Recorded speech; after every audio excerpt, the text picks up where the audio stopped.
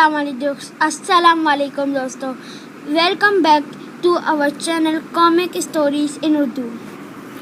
आज हम आपको स्टोरी बताएंगे एक लड़की जो एक सहरा में अपने अब्बू के साथ रहती थी। वो लोग बहुत गरीब थे। वो सुपर हीरोज़ को मानती थी, इसलिए वो अपने अब्बू को भी सुपर हीरोज़ के ही कपड़े मांगती थी। उसके अब्बू को पता था ऐसा कुछ नहीं होता, पर उनको क्या पता था ये सब सच्ची है। एक दिन एक ख़तरनाक ड्रैगन आया। उनकी बिल्ली भागने लगी, उनकी बिल्ली गायब हो गई।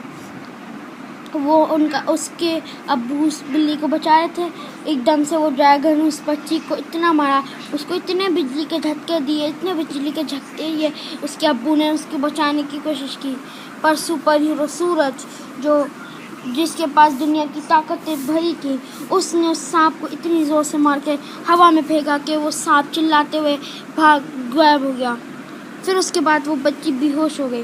वो जब होश में आई तो उसने देखा सुपर हीरो सूरज को। वो बहुत खुश हुई और उसको गले मिला।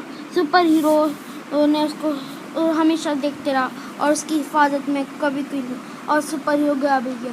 Please like and subscribe.